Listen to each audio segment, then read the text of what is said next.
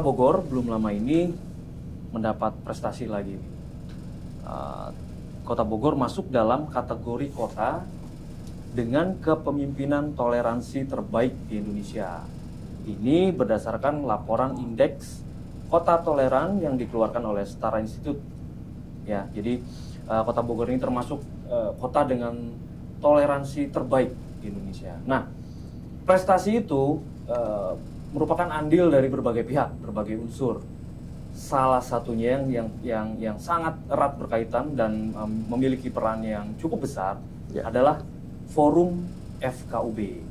Nah, saat ini di samping saya sudah ada Ketua FKUB Kota Bogor. Nanti saya akan minta beliau untuk menjelaskan. Beliau adalah Kang Hasbulo. Assalamualaikum, Kang Hasbulo. Assalamualaikum warahmatullahi wabarakatuh. Sehat ya, Kang? Alhamdulillah. Alhamdulillah, dan tetap semangat ini menjaga PR Akang besar ini. Selalu semangat. Mempertahankan predikat Ya, kota dengan toleransi terbaik. betul. Kang, saya tadi sengaja saya belum sebutkan kepanjangannya dari FKUB. Saya ingin Kang Hasbuloh yang menjelaskan. FKUB itu apa sih, Kang? Ya. Dan bagaimana perannya? Mangga. Baik, FKUB adalah Forum Kerukunan Umat Beragama, di mana FKUB ini dibentuk berdasarkan regulasi, yaitu PBM 2 Menteri nomor 9 dan nomor 8 tahun 2006, PBM dari Kementerian Agama dan Kementerian Dalam Negeri. Oke. Di dalamnya PBM ini kan mengatur terkait dengan peran pemerintah daerah dalam menjaga kerukunan umat beragama. Nah, untuk hal tersebut ada pasal khusus terkait dengan Forum Kerukunan Umat Beragama, di mana Forum Kerukunan Umat Beragama ini dibentuk oleh kepala daerah, oleh pemerintah daerah. Dan berdasarkan PBM ini, FKUB ini hanya ada di tingkat provinsi dan tingkat kabupaten kota. Jadi tidak ada FKUB di tingkat nasional ataupun FKUB di tingkat kecamatan atau kelurahan gitu ya, berdasarkan PBM. Namun di beberapa daerah karena sesuai kebutuhan mereka masing-masing, ada yang membentuk forum serupa atau sejenis, tapi berdasarkan kebijakan pemerintah daerah itu sampai tingkat kelurahan dan kecamatan.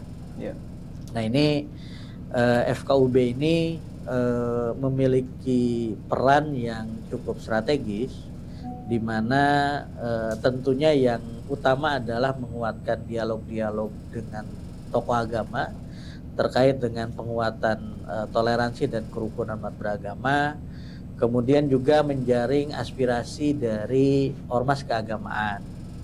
Nah, ormas keagamaan ini cukup banyak di Indonesia ataupun di Kota Bogor.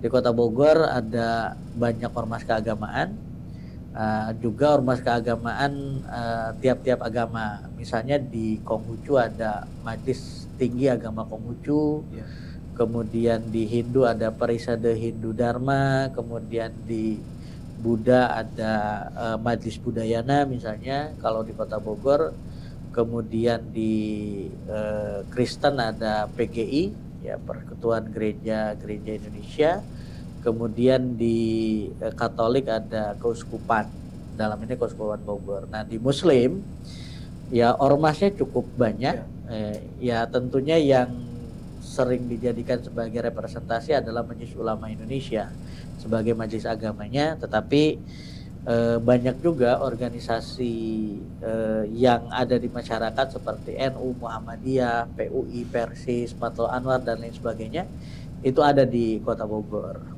Artinya FKUB ini isinya adalah gabungan itu. Gabungan itu dan sifatnya 5 tahun sekali dibentuknya. Dan ini pembentukannya juga setelah masing-masing majelis agama itu merekomendasikan nama-nama, nah nama-nama itu melakukan pleno untuk memilih struktur. Dan kebetulan 2021 yang lalu saya terpilih menjadi ketua FKUB di Kota Bogor. Sebelumnya, di periode sebelumnya saya terpilih menjadi sekretaris FKUB. Kebetulan saat itu Pak Wali Kota meminta agar di FKUB ini ada regenerasi, ada kalangan anak muda yang masuk di sana gitu kan. Di mana rata-rata di beberapa daerah FKUB ini diisi para sepuh ya, para kalau dari Muslim para ulama, kiai sepuh, kemudian kalau ada unsur dari pemerintahnya misalnya ya pensiunan dari pemerintah misalnya.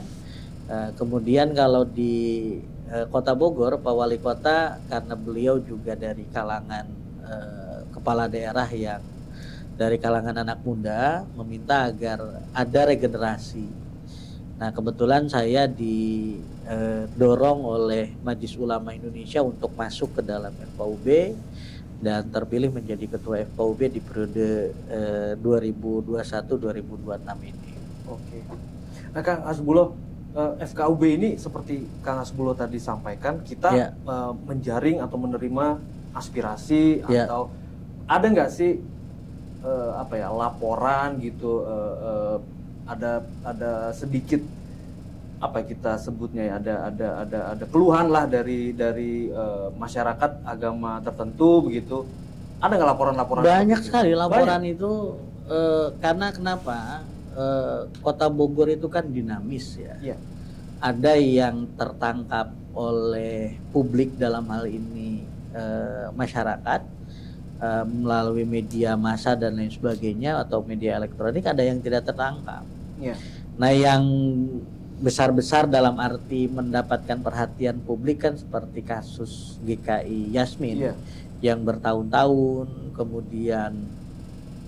kemudian ada banyak kasus yang muncul di tengah-tengah masyarakat dan selama 3 tahun ini kita coba selesaikan kasus-kasus itu.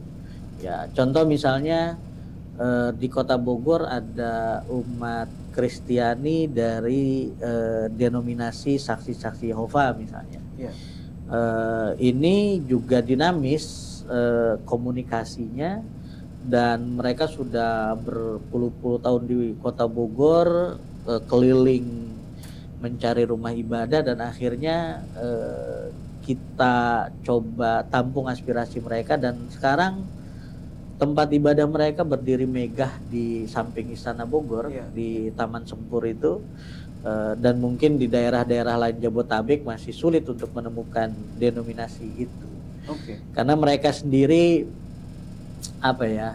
di internal Kristennya sendiri memiliki pandangan-pandangan yang berbeda terkait dengan keberadaan saksi-saksi Yehova ini misalnya. Ada banyak sekali aspirasi-aspirasi keagamaan baik di internumnya maupun di antar agama. Ketika kasus GKI Yasmin itu kan antar agama. Kemudian kita juga di beberapa tahun yang lalu itu sebelum COVID itu kita mendapatkan keluhan dari kawan-kawan kita di umat Konghucu misalnya ketika di Katedral Bogor itu mengadakan misa Imlek. Nah seperti sekarang nih mendekati Imlek gitu kan. Nah ternyata bagi umat Konghucu Imlek adalah hari keagamaan.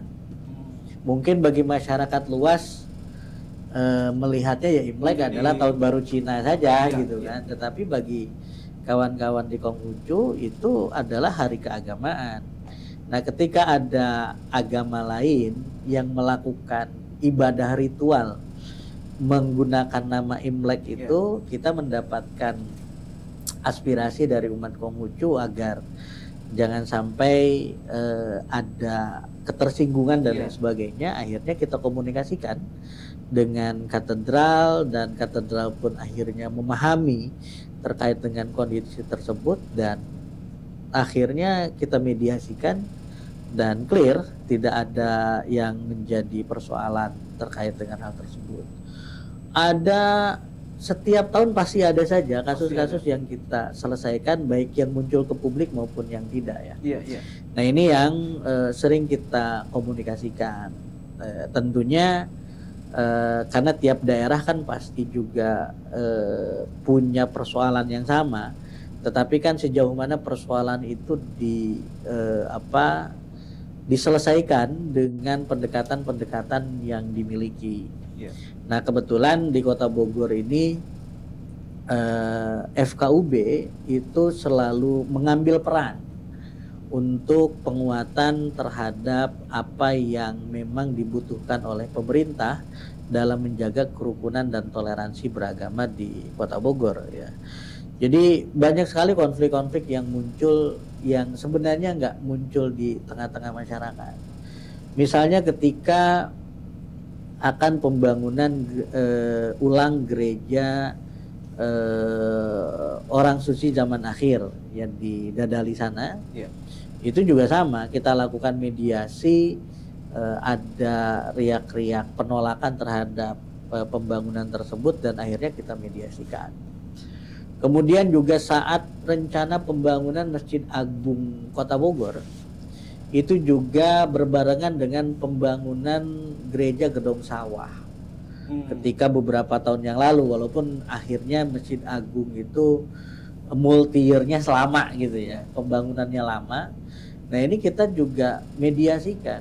Ya, jadi kalau Akang lihat itu belakang Balai Kota, itu ada gereja besar namanya Gereja Gedong Sawah, itu berhadap-hadapan dengan Masjid Agung di alun-alun gitu. Nah itu saat itu kita juga mediasikan, kita coba bangun komunikasi yang baik dan akhirnya sama-sama saling menguatkan bahwa ya setiap orang yang beragama ketika ingin mengekspresikan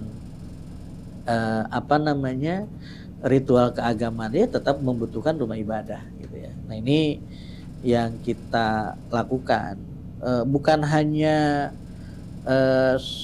itu kan antara masjid dengan gereja misalnya, kemudian antara masyarakat dengan pendirian rumah ibadah, atau di internal yang tadi saya katakan internal agama, dan juga kita selalu mengkomunikasikan berbagai kemungkinan dialog antar tokoh agama agar mereka akhirnya ketika menemukan persoalan-persoalan terkait dengan toleransi dan kerukunan umat beragama itu bisa dengan cepat kita respon. Misalnya dulu belum lama lah ada kasus mahasiswa di salah satu perguruan tinggi di Kota Bogor itu dengan dalih seni bahwa dia mengupload di akun media sosial resminya lukisan perjamuan akhirnya Yesus Kristus itu diganti dengan gambar cap orang tua gitu kan. Nah ini kan sempat saling rapor ke tingkat kepolisian. Nah akhirnya kita lakukan mediasi dengan cara berkomunikasi dengan internum tokoh-tokoh agamanya. Misalnya menurut pandangan tokoh agama Kristen seperti apa, tokoh agama Katolik seperti apa, tingkat sakralitas dari sebuah simbol itu. Karena kan ini sudah bicara simbol. Akhirnya setelah kita mendapatkan komunikasi dan juga ya mahasiswa tersebut sudah merasa ada kehilafan di sana, menyampaikan permohonan maaf karena ketersinggungan dari pihak yang lain. Ya akhirnya gugatan-gugatan itu tidak jadi kerana hukum. Tidak jadi kerana hukum, kita mediasikan dan akhirnya komunikasi tetap terjaga. Nah ini banyak sekali kasus-kasus yang muncul di tengah-tengah masyarakat. Bahkan misalnya di Bogor Baru sana ada sebuah gereja yang sebut saja GKI Bogor Baru. Sebelumnya adalah fasilitas pendidikan dari BPK Penabur. Nah, dalam perkembangannya ini sekolah SMA BPK Penabur ini sudah tidak beroperasi lagi di situ, tetapi gerejanya masih digunakan. Akhirnya ada riak dari masyarakat sekitar, baik itu penolakan atau apa, karena sebelumnya mereka mengatakan ini kan dulu fasilitas lembaga pendidikan. Nah, sekarang lembaga pendidikannya sudah tidak beroperasi lagi, tapi kok gerejanya masih berjalan. Begitulah narasi yang dibangun oleh masyarakat sekitar. Nah kita bangun komunikasi, bahkan ada keunikan menjadi tradisi bagus gitu ya. di mana karena memang dulu bangunan sekolahnya tidak terpakai, akhirnya sekarang bangunan-bangunan BPK Penabur milik GKI ini jadi ya tempat belajar masyarakat. Oke. Bisa dalam bentuk TPQ, Taman Pendidikan Al-Quran, tapi di tanah milik GKI misalnya. Bahkan melakukan kegiatan manasik haji di sana. Ada win-win solusi. Belajar Al-Quran dan lain sebagainya. Ini akhirnya itu bisa jadi solusi ketika dikomunikasikan. Maka untuk masyarakat Kota Bogor terhadap konflik-konflik yang ada itu, yang kita kedepankan adalah dialog, komunikasi, musyawarah, dan mediasi. Nah, ini yang kita lakukan. Dan kita juga di FKUB Kota Bogor itu tidak serta-merta mengiyakan apa yang menjadi common sense-nya masyarakat. Misalnya apa, gitu kan? Yang disebut dengan common sense itu kan terkadang pemerintah itu dalam menyampaikan pandangan kepada masyarakat, oh Bogor aman-aman saja, lancar, tidak ada masalah, tidak ada konflik. Tetapi jangan sampai jadi sebuah api dalam sekam. Atau ada persoalan yang tidak selesai. Makanya kita setiap tahun itu seperti belanja masalah. Belanja masalah itu artinya kita keliling ke tiap kecamatan, kelurahan, identifikasi potensi-potensi persoalan kerawanan sosial dan konflik keagamaan itu di mana saja. Nah, setelah itu baru kita cari analisis stakeholder yang mungkin mana yang bisa kita tangani, mana yang bisa kita selesaikan. Itu satu persatu kita urai. Dan ya faktanya 2015 yang lalu Kota Bogor pernah dicap oleh Setara Institut melalui indeks kota tolerannya sebagai kota paling rendah indeks kota tolerannya. Dan mau dibantah apa gitu loh. Kan kadang kita sebenarnya nggak ada apa-apa di Kota Bogor gitu kan, aman-aman saja. Tetapi kan ada potret, ada report. Ya report-report seperti itu tidak bisa kita hindari juga. Makanya kalau kami di FKUB selalu tadi berkomunikasi dan membangun budaya dialog yang kuat. Dahulu saya masih ingat ketika pertama kali masuk ke FKUB Kota Bogor di 2014-15 lah, dan dilantiknya waktu itu 2016. Pertama kali cap Kota Bogor intoleran itu pas pertama kali saya masuk FKUB gitu ya.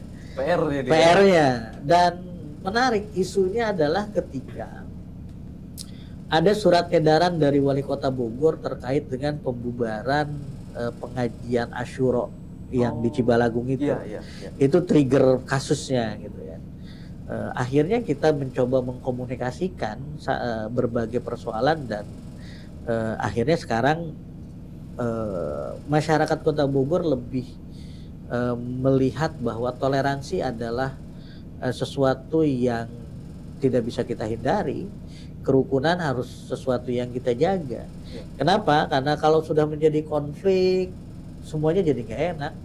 Ya, beraktivitas tidak enak, bersosial kemasyarakatan tidak enak, dan tidak bisa ngapa-ngapain juga. Apalagi kalau kita tarik kepada konflik yang lebih besar sampai ke ranah perang misalnya. Kan kita sudah menyaksikan bagaimana ya saudara-saudara kita di Palestina boro-boro ngomongin soal podcast gitu kan, boro-boro ngomongin kalangan remajanya bisa nongkrong sana sini gitu. Untuk menjaga hak hidupnya saja berat. Nah, makanya di Kota Bogor menurut saya kuncinya adalah kerukunan. Ketika masyarakat rukun, maka kesejahteraan itu akan mulai bergulir di tengah-tengah masyarakat. Kenapa? Artinya FKUB perannya, tugasnya menjadi mediator, negosiator mungkin begitu juga ya. Dan itu lintas sektoral dengan sektoral. Semua potensi. Kenapa? Karena tadi kerukunan itu kan bukan hanya soal keagamaan saja, tapi keagamaan menjadi concern kita, karena bicaranya kan bukan kerukunan antar agama, tetapi antar umat beragama. Antar umat. Ya, antar umat beragama berarti kan warga itu sendiri gitu loh. Di garis bawah ya. Kenapa? Karena misalnya bicara kalau ditarik kepada Pancasila bahwa negara berketuhanan yang Maha Esa, ya berarti kan warga Kota Bogor itu wajib berketuhanan gitu loh. Ketika wajib berketuhanan, mereka memilih agama dan kepercayaannya masing-masing yang mereka yakini, dan warga Kota Bogor pasti mengarah ke arah sana dengan pilihan agama dan kepercayaannya. Nah ini yang berarti ya kerukunan umat beragama, ya kerukunan semua aspek gitu ya.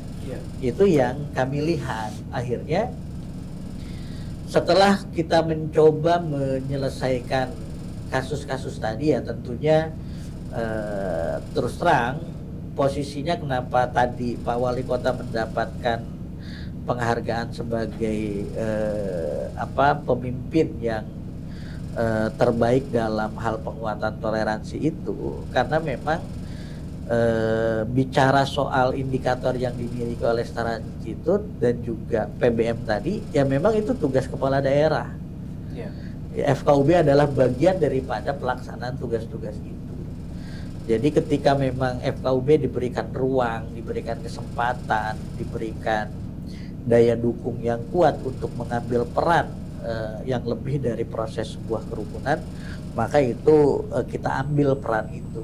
Dan kebetulan kita lakukan regenerasi. Ketika saya menjadi ketua, saya izin kepada majelis-majelis agama, tolong yang diutus menjadi pengurus FKUB ada 3 indikator lah. Yang pertama adalah dari sisi personalnya itu utusan majelis agama. Yang kedua ada dari kalangan perempuan, dan yang ketiga ada dari kalangan anak muda. Kenapa? Karena kita ingin bergerak. Nah, gerakan itu kan bisa dimotori dari 3 aspek ini gitu ya. Walaupun tetap saja ya kewenangan ada pada di majelis-majelis agama, tapi itu diamini oleh mereka. Sehingga dari MUI misalnya, karena di Kota Bogor mayoritas muslim, berarti persentasenya di kepengurusan FKUB nanti mayoritasnya adalah muslim. Ketika kita minta ke MUI, saya sampaikan, Pak Ketua MUI, walaupun saya juga bagian daripada pengurus MUI, nanti yang diutus ke FKUB minimal tadi saya bilang boleh ada dari kalangan sepuhnya, kemudian tolong juga ada dari kalangan perempuan. Jadi sekarang dari 17 pengurus FKUB 30%-nya adalah kalangan perempuan. Ada 3 orang lah yang jadi kalangan perempuan. Kemudian juga dari kalangan muda. Ini 60% kalangan muda. 60% kalangan muda, bahkan under 40, di bawah 40 tahun gitu ya. Di mana periode sebelumnya itu sepuh-sepuh semua di bawah 60 tahun dan lain sebagainya. Tapi ketika itu di mix gitu kan, akhirnya gerakan itu bisa dilakukan. Gerakan penguatan toleransi itu bisa kita lakukan. Pertama, yang kita lakukan adalah ketika sudah dapat sumber dayanya, kita penguatan kapasitasnya. Nah, penguatan kapasitasnya tadi kan, kita diklat seluruh pengurus FKUB ini dengan skill. Ya, tadi skill mediasi, skill negosiasi. Ada pelatihan-pelatihan. Ada pelatihannya gitu kan. Nah, bahkan untuk pelatihan-pelatihan itu banyak juga yang bersertifikat. Bersertifikat profesi mediator misalnya. Dari mana itu? Nah, itu dari Pusat Mediasi Nasional. Kita bekerja sama dengan Pusat Paramadina. Izin kepada Pak Wali Kota, Pak Wali, kita pengen punya mediator yang bersertifikat. Artinya mereka kalau bersertifikat itu resmi berprofesi sebagai mediator, hasilnya juga bisa digunakan di pengadilan gitu kan. Bisa diregister di pengadilan kalau memang nanti hasilnya pengen didaftarkan jadi putusan pengadilan, atau bisa didaftarkan di akte notariskan hasil mediasinya. Jadi legit ya. Legitimate gitu ya. Nah, ini kenapa? Karena ke depan tadi nyambung kepada kemungkinan ini pemilu ini ke depan potensi konflik yang luar biasa. Kita sudah siapin itu gitu ya. Kita sudah siapin itu mediatornya gitu. Ini sekarang mediatornya ini lagi uji sertifikasinya. Ya, dulu kita hampir lebih dari 3 kali melakukan pelatihan mediator bagi FKUB dan juga stakeholder pemerintah. Kemudian khusus untuk pemilu ini kemarin 2000, bahkan kita 3 tahun persiapannya. 2022 itu kita MOU dulu dengan KPU, dengan Bawaslu, dengan Kesbang, dengan pemerintah bahwa FKUB akan mengambil peran terhadap bagaimana kontestasi pemilu yang ada. Dan akhirnya benar, ketika melakukan deklarasi damai 2023 yang lalu, Pak Wali Kota menyampaikan data yang dia miliki, ini pernyataan Pak Wali Kota. Saya tidak tahu rilisnya itu lembaga survei yang mana, tapi data yang dia miliki 3 tahun terakhir di Kota Bogor ini semenjak COVID, hal-hal yang menjadi pilihan masyarakat itu yang didengar pertama itu selalu tokoh agama. Ketika COVID misalnya, mereka ditanya, yang didengar itu di masyarakat ketika masa COVID itu siapa? Ternyata tokoh agama. Sepakat. Baru di bawahnya nakes misalnya, kemudian pemerintah dan lain sebagainya. Jadi keberhasilan penanganan COVID di Kota Bogor pada saat 2020-2021 yang lalu itu salah satunya Pak Wali Kota melibatkan tokoh agama. Betul. Sehingga kita diberikan pemahaman yang utuh terkait dengan pemahaman soal peristiwa COVID itu sendiri dan tata ibadah dan sebagainya. Akhirnya kita berjalan. Betul. Dan kedua, ketika menjelang pemilu ini Pak Wali Kota 2023 yang lalu, ketika kita sudah MOU dengan KPU Bawaslu, menyampaikan bahwa ternyata masih sama nih. Menjelang pemilu itu, yang didengar oleh masyarakat itu tertinggi adalah tokoh agama, bukan partai politik. Baru kemudian apa antisipasinya apa? Nah, antisipasinya adalah akhirnya kami melihat bahwasannya kita melihat kemungkinan karena sekarang sudah di era digital, kampanye ini potensi konflik terbesarnya nanti adalah pada narasi, pada ujaran kebencian, pada upaya menjelekan paslon lain, pihak lain, calon lain gitu ya, dan lain sebagainya, menegasikan keberadaan yang lain. Dan ini kami siapkan. Jadi 2023 yang lalu itu kami melatih hampir 500 orang yang kita latih untuk menjadi orang-orang yang membangun narasi positif. Ya kalau teman-teman media kan biasa gitu ya, paham bagaimana membangun narasi.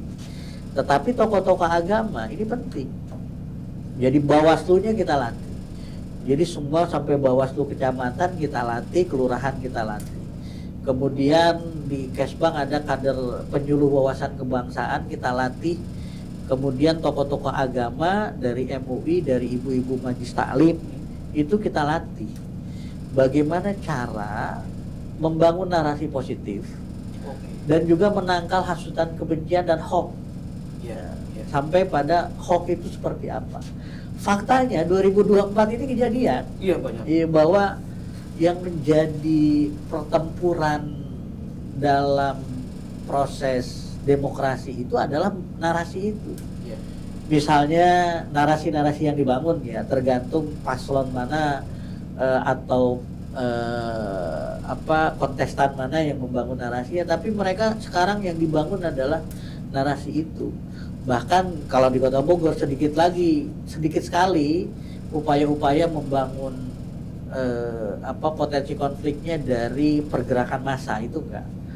Kita lihat kan ini menjelang 10 hari sepi-sepi aja gitu ya. Terakhir menjelang pencoblosan di Kota Bogor ya.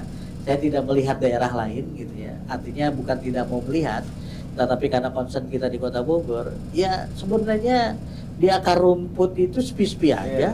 Tidak ada konvoi besar-besaran di jalan-jalanan, baik itu paslon, baik itu calon legislatif dan calon DPD itu tidak ada. Tapi di media sosial ini kencang gitu. Nah itu yang kita siapkan. Nah kemudian 2024 ini bulan Januari ini, kemarin kita dari awal Januari sampai sekarang itu melatih hampir lebih dari 30 orang mediator bersertifikat dari Pusat Mediasi Nasional selama 40 jam pertemuan full gitu kan, sampai praktek sampai ujian. Nah 2 hari ini lagi ujian nih mereka. Jadi ketika menjelang akhir-akhir masa kampanye menjelang pencoblosan, ketika ada potensi konflik, ya kita siapkan mediator-mediatornya untuk menjaga agar Bogor tetap damai, aman dan juga nyaman kan gitu. Iya. Bahkan pasca pemilu saya yakin ini Justru lebih lagi ya? lebih kencang Betul, gitu betul, kan. betul. Kenapa? Karena narasinya kan berbeda dengan 2019 yang lalu. Kalau 2019 yang lalu pergerakan massa itu terlihat di masa-masa kampanye gitu kan. Walaupun masa kampanyenya cukup panjang waktu itu 7 bulan. Sekarang masa kampanye yang hanya kurang lebih 3 bulan ini saya lihat justru pergerakannya di media sosial. Di media sosial. Gitu. Nah, media sosial tadi kan kita sudah latih bagaimana cara membangun narasi positif ketika ada narasi negatif. Kemudian kalau sudah masuk ke ujaran kebencian, kita bisa kapan harus di pre-banking, debunking, itu yang kita latih itu sudah hafal tuh gitu. Okay. Bahkan kita sudah bekerja sama dengan Pusat Paramadina dan juga Mavindo itu, pelacakan hoax itu yang mana saja kita sudah ada.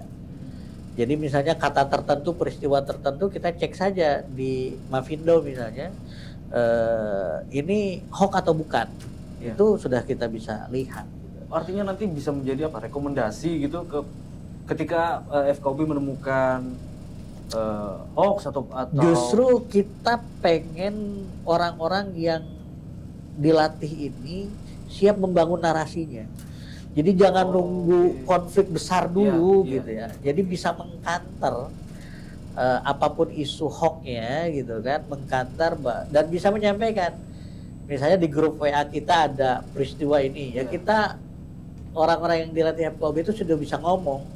Ini hoax, ini disinformasi, ini misinformasi, ini pelintiran peristiwa misalnya. Itu sudah bisa menyampaikan itu. Bahkan cara membangun narasinya itu sudah diajarkan dari narasi negatif ke narasi positif gitu. Nah ini yang kita lakukan sampai pada tadi 2024 ini ada potensi konflik yang luar biasa. Kenapa? Karena isunya kan sudah sangat besar baik di tingkat nasional maupun di daerah. Pasca pemilu inilah yang menurut saya kita harus menyiapkan diri di Kota Bogor, gitu kan. Ya tentunya kita bekerja sama dengan entitas ofisial ya, entitas ofisial dalam pemilu ya, dalam hal ini KPU dan Bawaslu.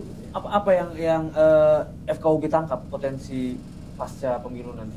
Ya itu tadi kemungkinan konfliknya misalnya dari sisi pilpres, itu potensi konfliknya pasca pencoblosan atau tingkat kerawanan kan kita juga karena kita bekerja sama dengan Bawaslu, mereka kasih ke kita peta kerawanan itu seperti apa. Nah kita FKUB itu bikin juga namanya peta kerukunan gitu kan. Tapi peta kerukunan itu yang kita bangun tentunya data yang kita jadikan sebagai big data kita. Big data kita, jadi kita tahu kalau konflik di sini itu kira-kira tokoh agamanya siapa, kemudian rumah ibadahnya ada apa saja sih di situ. Itu udah punya petanya itu di Kota Bogor. 600 masjid, 900 musola, kemudian sekian ratus gereja, vihara di mana, kita udah punya peta itu. Sehingga ketika kita terkadang kayak sekarang nih masuk ke masa Isra Mi'raj, kemudian ini masuk di akhir-akhir kampanye kan. Nah, kita suka mengingatkan kepada lurah, camat, kemudian pimpinan Majelis Taklim atau pimpinan DKM masjid, untuk daerah sini potensi masyarakatnya zonanya merah misalnya, nggak boleh kepercik api dikit langsung kebakar misalnya gitu. Nah kita sampaikan nanti penceramahnya walaupun ininya adalah agenda keagamaan, penceramahnya yang menyejukkan ya gitu. Oke. Kita ingatkan itu gitu ya. Kita ke Babinsa kita ingatkan, ke FKUB melakukan itu. Oke. Karena koordinasi kita lintas sektoral. Bahkan data-data kita ya kita mix data official gitu ya. Alhamdulillah kemarin misalnya setiap agenda-agenda hari besar keagamaan kita selalu koordinasi dengan pihak kepolisian, pihak TNI Polri gitu kan, untuk melihat potensi kerawanan apa yang memungkinkan, termasuk ya terutama ke pemerintah daerah gitu ya. Nah ini yang kita lakukan. Oke. Bahkan kita masuk juga ke regulasi. Dalam hal ini misalnya FKUB adalah lembaga pertama di Kota Bogor yang memunculkan drafting Perda Kota Bogor Ramham. Ya, itu FKUB adalah lembaga pertama yang mendiskusikannya, membangun narasinya, dan makanya di Perda nomor 1 tahun 2023 terkait dengan Kota Bogor Ramham itu pasal yang paling banyak itu adalah HAM terkait dengan agama. Betul, sepakat. Itu bisa dibaca. Iya. Nah, tadi terkait dengan mediasi itu, kami sekarang dengan bagian hukum sedang mendorong pengesahan pengesahan Perda Restoratif Justice. Iya. Atau ya keadilan restoratif gitu ya. Iya.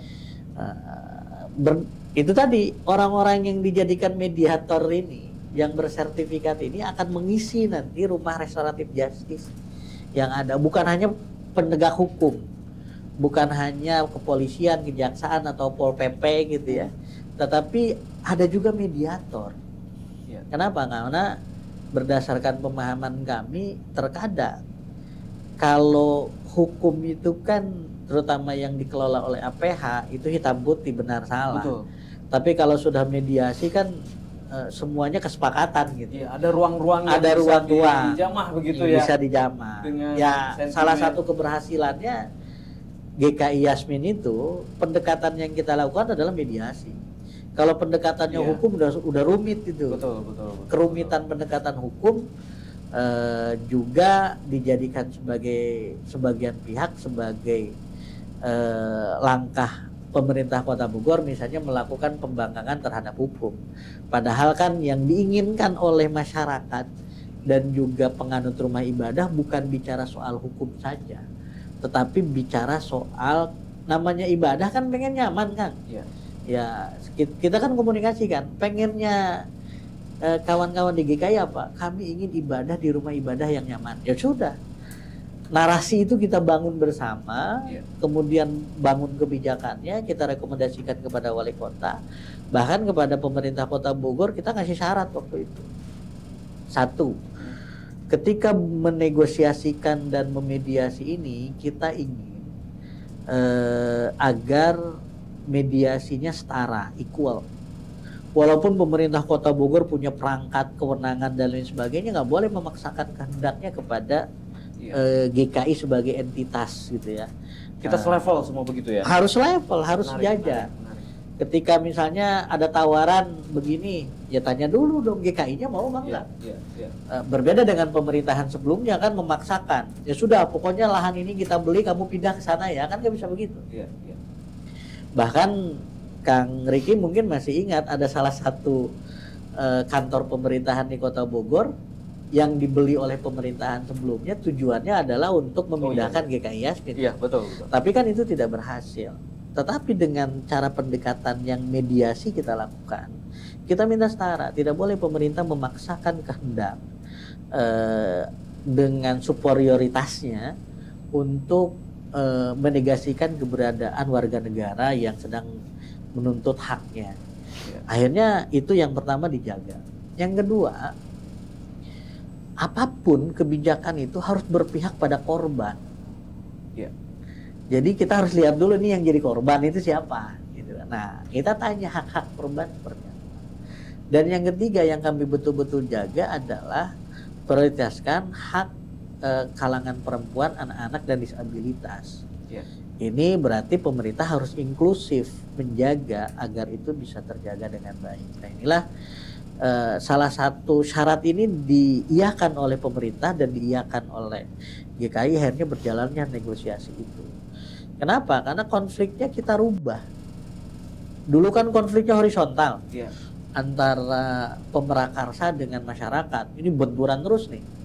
Nah ketika ada kasus hukum itu ada celah, konfliknya kita rubah menjadi vertikal. Ya silahkan saling gugat menggugat, selesaikan dulu gitu kan. Dalam arti kita ingin tahu kebenaran materialnya seperti apa. Tapi kan ini tidak mungkin berkonflik secara masif. Artinya pemerintah dengan rakyat kan tidak mungkin ini ya. Akhirnya setelah konfliknya vertikal, tidak ada pergerakan massa, barulah kita mediasikan dalam banyak sesi. Nah mediasinya ini banyak sesi berjilid-jilid, sekian puluh pertemuan, sekian puluh kesepakatan yang dibangun, dan akhirnya 2023 kemarin GKI Yasmin yang sudah berkonflik lama sekarang jadi GKI Bogor baru itu berdiri megah dan tanpa ada konflik lanjutan setelah itu. Jemaat mau beribadah di sana, tetangga mau mengayomi, clear. Jadi legasi Kang Hasbulo juga itu. Ya itu ini bersama gitu kan. Ya tadi asal pemerintahnya mau. Betul. Dan kebetulan Pak Wali Kota mau bersama-sama untuk membangun itu. Disitulah kenapa yang saya katakan bahwasanya Wali Kota Bogor dalam hal ini Pak Bima Arya oleh Setara Institute sebagai pemimpin yang memiliki kepemimpinan yang kuat dalam penguatan toleransi karena berani mengambil resiko itu. Gitu. Bahkan di RPJMD dimasukkan. Jadi kita nggak mau hanya dari lisan, tetapi kita ingin komitmen itu kan dalam dokumen. Pemerintah itu ada RPJMD, ada Perda. Jangan sampai nanti ketika wali kotanya sudah bergeser, sudah berganti, ini tidak dijalankan. Nah, political will berarti ya. Politikalnya harus ada. Makanya dimasukkan dulu di 2019 yang lalu, ketika Pak Wali Kota mau menyusun di periodenya yang kedua, kami datang. Bahkan last minute, Kang. Karena mungkin DPRD sama pemerintah dalam hal ini Bapeda nggak berpikir apa urusannya FKUB sama RPJMD gitu kan. Nah, mereka akhirnya nggak pernah tuh ngajak kita hearing. Tetapi kita minta waktu audiensi kepada Pak Wali. Pak Wali kami 5 menit, 10 menit dikasih bicara nggak apa-apa. Tapi ini kami membicarakan sesuatu yang penting untuk Kota Bogor ke depan. 2019 yang lalu. Ketika kita sampaikan Pak Wali ini usulan RPJMD kita nomenklaturnya begini. Hanya langsung panggil Bapeda. Bapeda kalian yang sedang berproses menyusun RPJMD dengan DPRD, tolong apa yang diucapkan dan disampaikan oleh Ketua FKUB masukkan. Tanpa melihat apalagi narasinya gitu kan. Akhirnya karena kita juga punya komunikasi dengan senior-senior kita di DPRD, pasca dari Pak Wali Kota kita datang ke DPRD. Kita temui pansusnya waktu itu. Nah, kata pansus ini sudah selesai katanya hearing-hearingnya. FKUB ini telat datangnya, tapi kita terima, kita sampaikan. Akhirnya mereka terima bahwa nomenklatur kerukunan itu harus ada menjadi agenda prioritasnya pemerintah. Nah, akhirnya dimasukkan saat itu. Nah, ketika kami di dalam, tim Bapeda yang mau finalisasi akhir dengan pansus datang di luar ruangan. Nah, ternyata itulah orang-orang yang tadi ketemu saya sama wali kota gitu. Hanya ketika mereka masuk, ini ketemu, selesai. Hanya dengan waktu yang cukup singkat. Kalau nggak selesai-selesai. Kalau nggak selesai. Nah, begitu juga yang ini. Indeks Kota Toleran Kota Bogor yang 2023 juga unik ceritanya. Karena memang 2015 yang lalu kita menjadi kota intoleran, saya selalu mengingatkan kepada wali kota untuk menyelesaikan kasus-kasus, ditambah juga isiannya diisi gitu ya. Apa semacam kuesionernya lah, kuesionernya juga diisi, saya minta. Nah, waktu itu bulan Desember tanggal 20 saya dikontak oleh Setara Institut, Kang Hasbullah izin. Ini dari pemerintah Kota Bogor sudah tidak ada yang merespon. Isiannya nggak ada yang ngisi katanya. Iya. Saya nemuin Pak Wali Kota lagi sibuk pamitan saat itu kan. Iya. Menjelang gitu. Lagi sibuk pamitan. Kemudian saya kontak ke mitra strategis kita Kesbang, kata Kesbang, oh kami sedang tidak ada pimpinan di sini. Kenapa? Karena pimpinan kami sudah pindah jadi staf ahli wali kota. PLT. Ya. Saya datang ke Bapeda, kata Bapeda, oh, sudah bukan tupoksi kami. Saya bingung nih siapa yang mengisi. Akhirnya saya cari gitu kan, saya temui lagi Pak Wali Kota, saya temui PLT Kesbang saat itu. Akhirnya direspon oleh PLT Kesbang. Ya sudah, itu jadi tanggung jawab saya akan kumpulkan OPD terkait, akhirnya diisi dalam waktu 2 hari. Waktu itu 2-3 hari, terakhir harus diinput itu sebelum tanggal 24 Desember 25. Nah, kalau tidak ya nggak akan dapat. Jadi mepet-mepet ya kebiasaan di Kota Bogor ini? Nggak kebiasaan juga sih, cuman momentumnya. Iya. Sebelum-sebelumnya dipersiapkan dengan baik gitu kan. Artinya penghargaan ini kalau nggak diisi kan nggak betul nggak jadi. Iya. Tapi kan penghargaan ini juga sebetulnya penting sebagai cerminan, sebagai tonggak begitu kan, Mas Bulo. Ini penting menurut saya, dan ini menandakan bahwa kepemimpinan juga penting untuk menguatkan toleransi beragama. Dan kita mendorong juga bukan hanya bicara soal terkadang kan di 2023 kemarin akhir itu pihak-pihak terkait itu seperti lari kalau saya temuin. Kenapa? Karena akhirnya saya dapat informasi, misalnya anggaran FKUB yang tadinya 500 juta tahun kemarin gitu kan, yang sebelumnya kecil banget, ketika kita mulai naik ya mau nggak mau karena rekomendasi dari Mendagri, Kementerian Agama dan Setara Institut, salah satunya ya kalau memang pemerintah mau rukun, anggaran kerukunan juga harus ada. Iya. Nah ternyata nggak ada yang mau ditanya nih, anggaran FKUB tahun 2024 ini rendah sekali, hanya 100 juta misalnya. Iya. Nah, dengan alibi, ini begini, itu begitu dan lain sebagainya. Bagi saya nggak masalah. Bagi saya selama legasi itu kuat, bukan bicara soal bagaimana anggaran untuk FKUB-nya, kita bisa lihat kemungkinan-kemungkinan lain. Yang saya katakan tadi, inovasi. Ya. Nyambung kepada inovasi yang tadi disampaikan.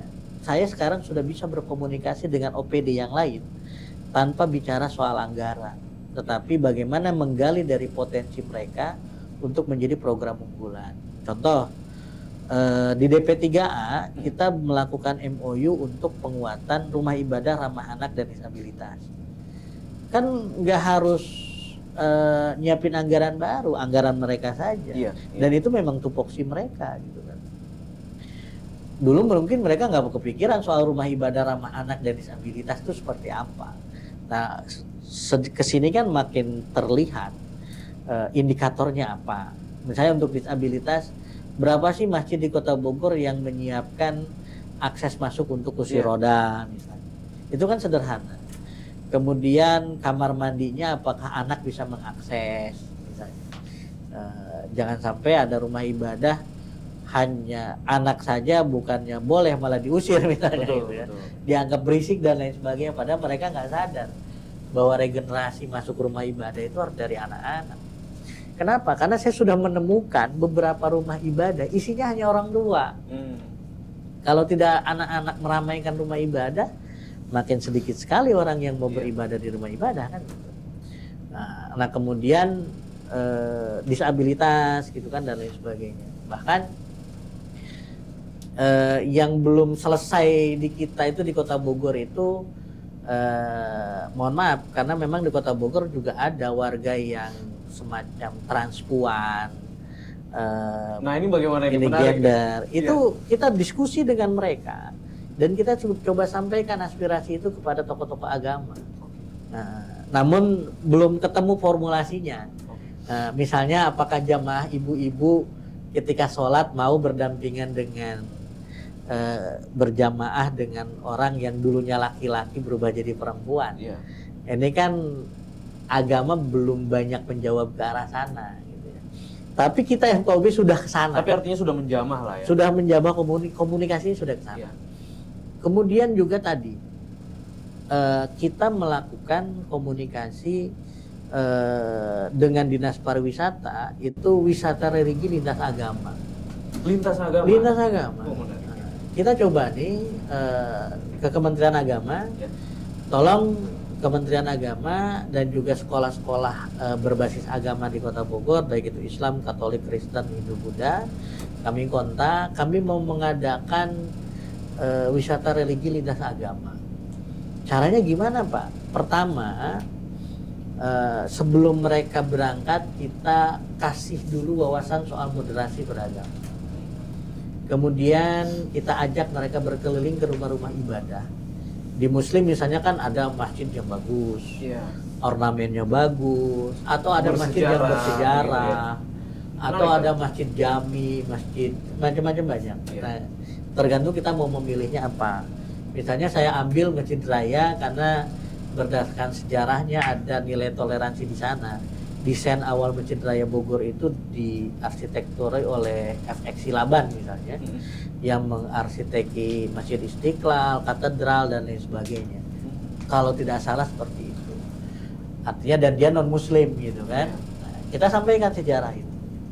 Artinya ada penanaman kerukunan juga. Dapat kan Dapat di situ. banget itu, iya. Kemudian kami geser ke Pura Giri Kusuma.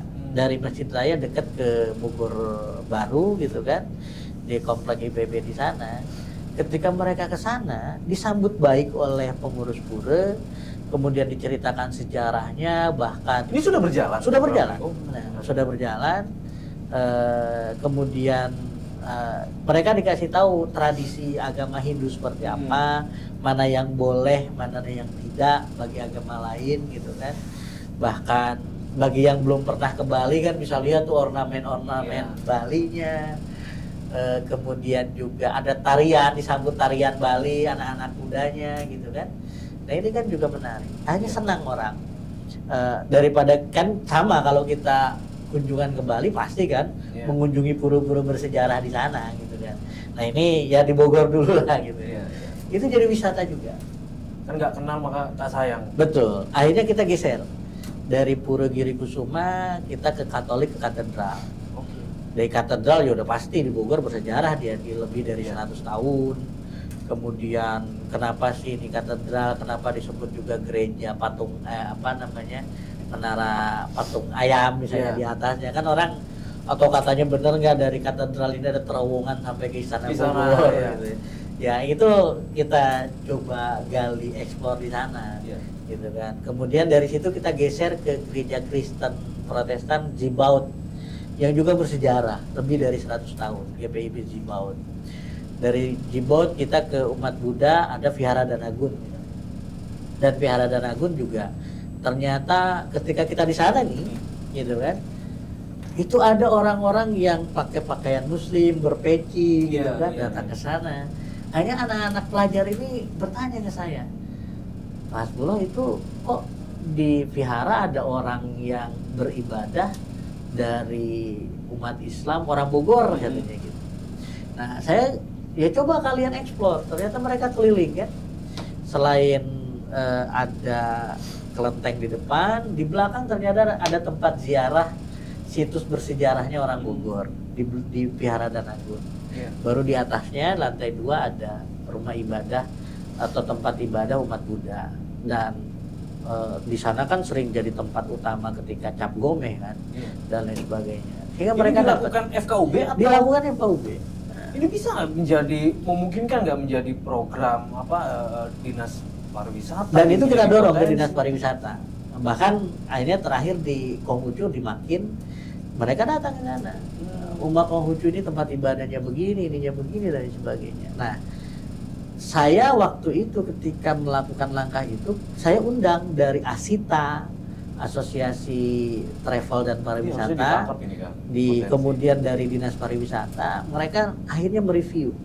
Bahkan kendaraannya saya nggak mau kendaraan tertutup, pakai bis uncal. Nah, bis Uncal kan milik pemerintah Kota Bogor yang dikhususkan untuk pariwisata. Sok saya bilang simulasi ini menjadi wisata yang menarik, wisata religi di Kota Bogor. Mungkin kita bisa jadi pelopor kan ya? Dan itu sudah dilakukan, tinggal dikembangkan saja gitu kan. Betul. Ya sekarang kan Surya Kencana sudah dibangun dengan megah sebagai pecinan. Mungkin nanti pemerintahan ke depan misalnya komplek Arabnya di mana? Di area Empang itu juga dibangun lagi karena itu juga banyak situs bersejarah kan. Betul. Ada Masjid At-Tahiriyah itu masjid tertua di Indonesia bahkan di Kota Bogor. Depannya itu kan lapangan Empang itu juga masuk ke dalam area itu. Kemudian di sebelah sana ada makam dalam sholawat. Kemudian naik sedikit ada makbarohnya Habib Keramat Empang gitu kan. Di atasnya lagi ada Raden Saleh sebagai pelukis dan sejarawan gitu. Itu kan area yang menurut saya bersejarah, potensi dan itu bisa jadi wisata religi. Nah, itu kami sampaikan kepada Dinas Pariwisata. Kemudian juga dinas-dinas yang lain akhirnya mulai terbuka. Layanan publik misalnya kayak Dukcapil. Mereka sebelumnya nggak berpikir bekerja sama dengan FKUB. Ada saya bilang, kenapa? Karena di KTP itu kan ada kolom agama. Betul. Nah, kita dulu pernah mendapatkan keluhan dari umat Konghucu ketika diresmikan agama Konghucu oleh Gus Dur. Kan banyak orang yang sebelumnya agamanya Islam di KTP-nya ya, Katolik, Kristen, Buddha, Hindu gitu. Karena Konghucu nggak boleh. Betul. Nah sekarang mereka ingin beralih nih menjadi agama yang resmi sesuai dengan hati nurani mereka. Mereka kan komunikasinya ke FKUB. Akhirnya kita sambungkan dan sekarang Dukcapil juga itu perekaman tuh melalui majelis agama, termasuk Ahmadiyah misalnya. Kenapa? Karena walau bagaimanapun Ahmadiyah itu bagian daripada warga negara dan bagian memiliki kepercayaan Syiah misalnya atau aliran kepercayaan sekalipun gitu kan. Kita data walaupun bukan tupoksi langsung FKUB tapi bicaranya soal kerukunan tadi. Kenapa? Karena FKUB juga sering dimasukkan ke dalam bakor pakem di kejaksaan gitu kan. Nah ini inovasi-inovasi di Dukcapil. Kemudian juga di yang lain di Pol PP kita komunikasikan, kemudian bahkan di BPSDM kita komunikasikan gitu kan. Yang sekarang sudah mulai banyak tuh lurah camat yang tidak terafiliasi agama tertentu. Artinya kalau dulu selalu camat itu Muslim, sekarang kan kejadian di Kota Bogor ada camat di salah satu kecamatan yang tengah-tengah misalnya gitu kan dan non Muslim camatnya. Itu kan menjadi budaya. Nah FKUB masuk di sana, gitu ya. Tetapi tetap saja FKUB mencoba untuk melakukan penguatan pada tadi nilai-nilai kerukunan, toleransi, kemudian kebersamaan, kerjasama di tengah masyarakat, kesetaraan, gitu kan. Mungkin yang harus kita saya terus pengen menggarisbawahi ya bahwa FKUB adalah antar umat beragama, ya, bukan agama ya kita ini ya. Kalau soal agama kan kewenangan pusat. Ya agama apa yang diakui oleh negara itu kewenangan pusat bukan kita. Tetapi kita umat itu harus kita jaga dan kita rawatkan. Artinya FKUB juga menyentuh toleransi terhadap kaum disabilitas. Iya. Anak, kebutuhan anak, kalangan perempuan. Kita juga ke situ. Iya. Tapi anggaran ini potong gimana? Ya disitulah yang kita sayangkan. Tetapi yang tadi, karena kita sudah berkomitmen mengambil peran dan melakukan gerakan, karena kita kan, ya kebetulan saya dari dulu adalah aktivis gerakan. Ketika satu pintu tertutup, pintu-pintu yang lain terbuka kan gitu. Kita tidak pernah patah semangat dalam kondisi di mana pemerintah keberpihakannya turun naik, tetapi kita berkomitmen pada penguatan kerukunan itu. Ya, saya juga sering menyampaikan kepada wali kota, kepada wakil wali kota, kepada ketua DPRD dan lain sebagainya. Nggak masalah FKUB anggarannya kecil, tetapi kami sudah mulai melihat anggaran-anggaran yang lain itu sudah mengarah kepada penguatan kerukunan umat beragama. Artinya apa yang Anda tanamkan selama ini sudah berhasil lah ya? Iya. Sudah sadar lah ini Iya. ya? Sudah ada kesadaran. Harusnya kan pemerintah juga sadar. Iya. Anggarannya seharusnya dinaikin. nih. Aduh. Oke, Kang Hasbullah. Ya. Ini tadi terkait dengan pemilu akan sudah sampai Ya. kita sudah FKUB sudah menyiapkan agen-agen begitu ya? Betul. Mediator gitu kan. Ya. Oke, itu sudah ini. Tapi kemudian ada juga kekhawatiran nih. Karena keberhasilan predikat dari Setara kemarin adalah satu bentuk kolektif kolaboratif begitu ya yang ada sekarang. Nah, ini ada kekhawatiran nanti pasca pilkada ini kan Kota Bogor juga akan ada pergantian pilkada kepala daerah. PR kepala daerah selanjutnya seperti apa? Ya, PR kepala daerah selanjutnya tentunya yang meningkatkan dan menjaga nilai-nilai toleransi dan kerukunan yang ada di Kota Bogor. Ingat, Kota Bogor sekarang sudah menjadi kota besar yang penduduknya di atas 1 juta. Ya, berarti kan sudah menjadi kota besar sama dengan Kota Bandung, Kota Surabaya, gitu kan, Kota Medan, yang ya Kota Bekasi sekarang sudah mulai naik jumlah penduduknya. Berarti kan sudah menjadi kota besar. Ketika sudah menjadi kota besar, maka sedikit banyak apa yang terjadi di Kota Bogor itu akan disorot oleh masyarakat Indonesia, bahkan masyarakat dunia. Karena apa? Karena Kota Bogor punya historis yang panjang, punya simbol-simbol kenegaraan yang kuat. Istana Bogor sampai hari ini Pak Jokowi selama menjadi presiden tinggalnya di Istana Bogor, bukan di Istana Negara misalnya. Ini kan simbolisasi yang perlu kita jaga dan kita perkuat gitu. Makanya kita mencoba menggali dari berbagai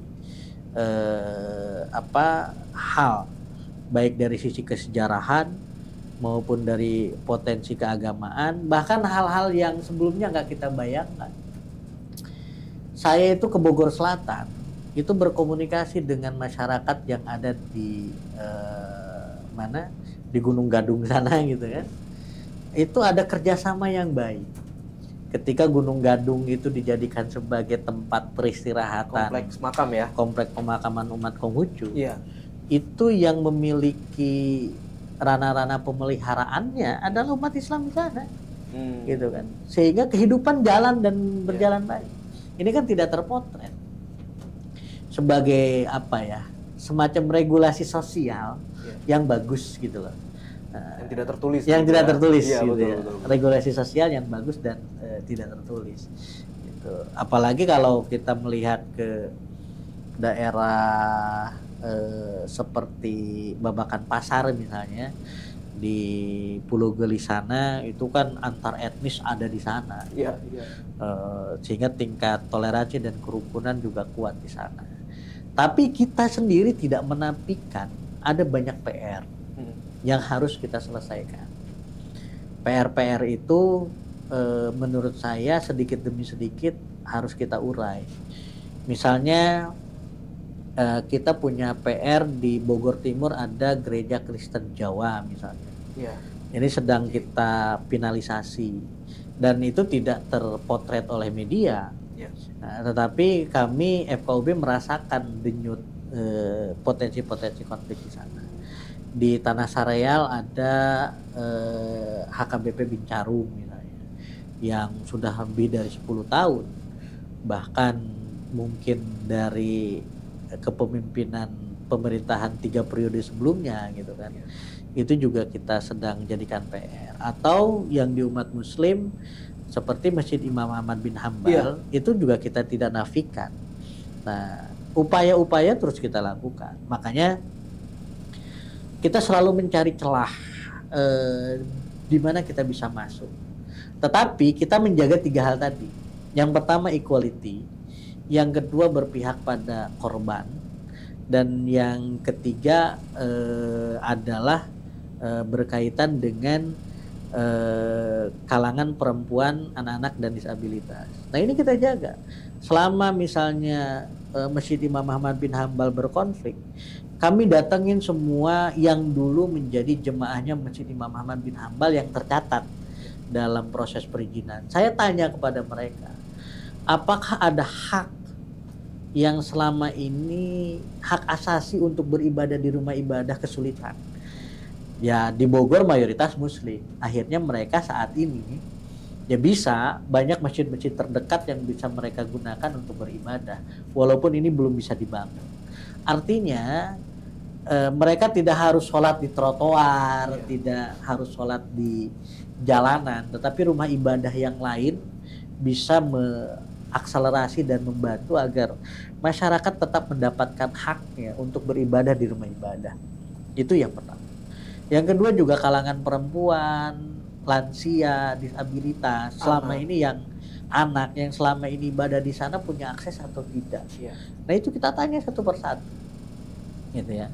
Kenapa? Karena yang kita yakini adalah tadi religiusitas masyarakat atau kesolehan sosial itu bisa didapat mereka dengan terus memberdayakan rumah ibadah, kan gitu. Itu yang kita jaga. Gitu. Makanya terkadang saya juga merespon hal-hal yang di luar itu, gitu ya. Misalnya ketika ramai di Bogor ada Holy Wing, saya respon. Gitu. Karena posisinya persis di depan Masjid Raya Bogor, saya respon waktu itu. Walaupun akhirnya saya berbeda pandangan dengan Pak Wali Kota terkait dengan peristiwa itu, tetapi komunikasi tetap dibangun dan berjalan. Nah, kembali kepada inovasi-inovasi itu, kita juga lakukan inovasi-inovasi yang lain. Kemah pelajar lintas agama itu kita lakukan. Jadi pasca keliling tadi wisata religi, mereka kita ajak kemah bersama, gitu kan. Dan yang kita bangun di sana ya semuanya berjalan, gitu. Yang Muslim ya ketika jadwal ibadah, ketika mereka saling membangun komunikasi, api unggun bersama, berkreasi bersama, akhirnya bisa kok, gitu kan, menarik. Mereka mau kan, gitu. Itu inovasi-inovasi yang coba kita jaga dan kita perkuat, gitu ya. Dan mana lagi, sekarang nih kita mendorong DP3A juga, atau sekarang dulu BKKBN, sekarang dinasnya dinas apa tuh?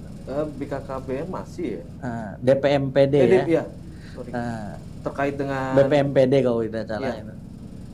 Itu ada dinasnya. Kita dorong misalnya sekarang kan banyak nih perkawinan usia dini atau usia anak. Nah, peranata perkawinan salah satunya kan rumah ibadah. Betul.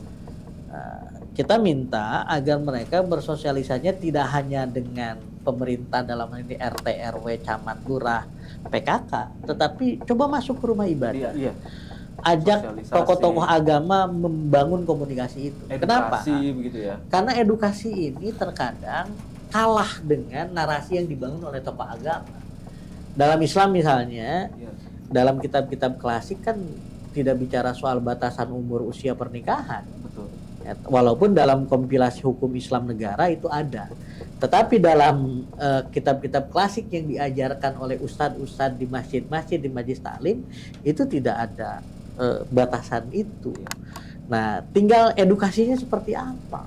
Nah, makanya haruslah merangkul tokoh agama kan. Kita dorong ke arah sana.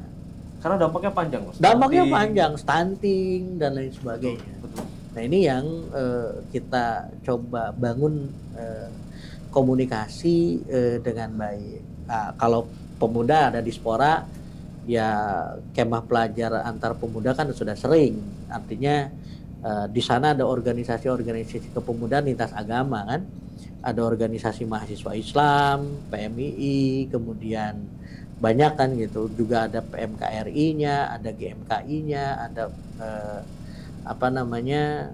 mahasiswa yang dari Hindunya, dari Konghucunya itu ada. Itu sudah genuine lah, sudah terbiasa. Dan kita juga FKUB berkomunikasi dengan NGO yang lokal maupun nasional. Ini juga penting. Ya. Misalnya di Kota Bogor ada Basolia misalnya. Itu kan basisnya badan hukumnya adalah yayasan atau ya dibangun oleh masyarakat gitu loh, bukan dibentuk oleh pemerintah. Kita komunikasi. Kalau di situ kan tidak ada batasan banyaknya orang. Karena Siapapun komunitas bisa, siapapun gitu bisa ya. masuk, siapapun bisa keluar gitu kan. Dan kita komunikasikan gitu ya. Untuk membangun sinergi bersama-sama. Nah, inilah banyak sekali ya, termasuk ya ormas keagamaan itu kita juga bangun. Nah, ini yang kita saat ini terus melakukan komunikasi dengan baik dengan seluruh stakeholder yang ada. Baik. Terima kasih Kang Hasbuloh. Siap. Kita lumayan ya, sudah berapa? Ada 2 jam ya? 1,5 jam. Ya. Kang Hasbuloh ada Ya. 2 PR besar nih ya. Ya, Kang Hasbuloh harus mengawal 2 pemilu. betul. Kemudian bagaimana menjaga predikat Kota Bogor sebagai kota dengan kepemimpinan toleransi terbaik di Indonesia. Lumayan tantangan juga Kang Hasbuloh. Kita dari yang terendah sampai ke Betul. terbaik itu kan luar biasa. Artinya perlu perjuangan. Ya. Dan yang lebih berat mungkin mempertahankannya juga begitu ya. Mempertahankan juga berat. Baik. Nanti kita ketemu di sesi selanjutnya Kang Siap. Hasbuloh. Terima kasih. Sehat dan tetap semangat FKUB.